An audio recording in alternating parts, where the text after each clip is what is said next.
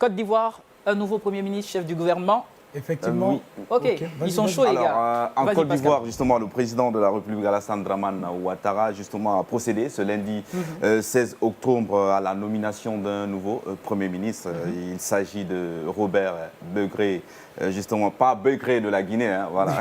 D'accord. Begré Mbambe, il est âgé de 71 ans, justement. Et cette nomination intervient après, justement, la dissolution de l'ancien gouvernement dont Patrick Hachi était, justement, le Premier ministre de ce gouvernement.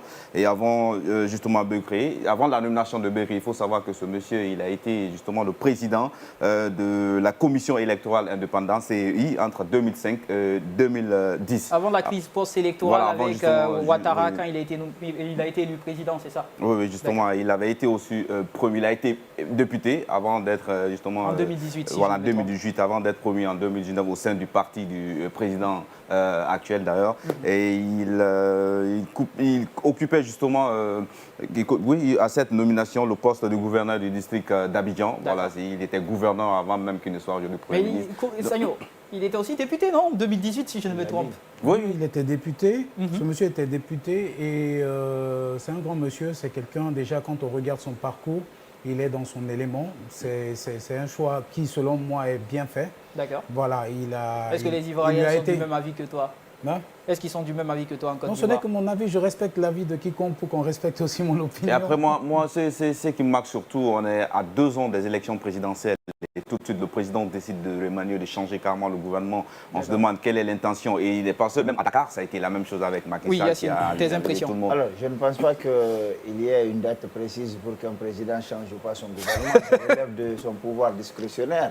Tout dépend. Mais la mission derrière. Non, ça relève de son pouvoir discrétionnaire. On ne peut pas dire à un président, dans ce cas, on fait un calendrier, on dit passer cette date, on ne peut plus nommer ou dégommer. Moi, ce que j'aime, c'est que regardez bien ce Premier ministre.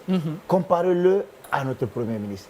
En fait, ou à notre gouvernement. Où tu veux en venir? Oui, c'est ce que je dis. On a eu l'impression ici, on est en train de faire d'une exception une norme.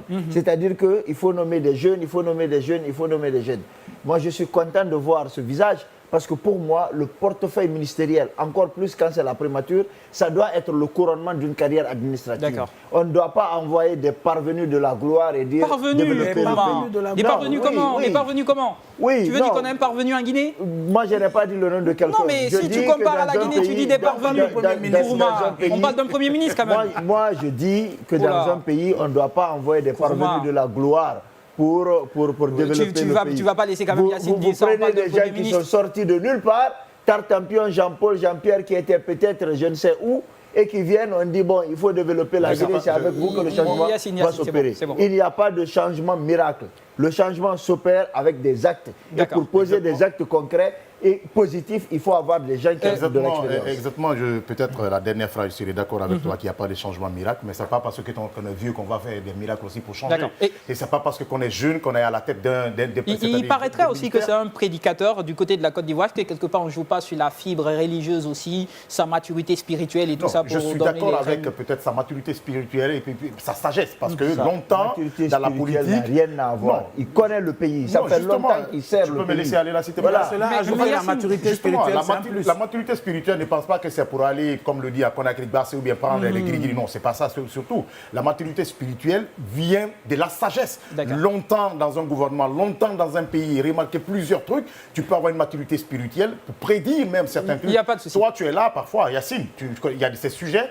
Tellement tu connais l'atmosphère politique, on te dit des sujets, tu peux le dire. Ça marche, je vous sens chaud, je pense qu'on a assez d'éléments. Non, laisse-moi aller, je pense bien que c'est un bon choix. Par sa sagesse, espérons peut-être qu'il puisse remplir quand même l'attente des Ivoiriens par rapport à notre gouvernement guinéen. Ce n'est pas parce que nous sommes jeunes qu'on ne peut pas. Ça marche. On peut être jeune et puis on peut aller à ça marche, il n'y a pas de souci.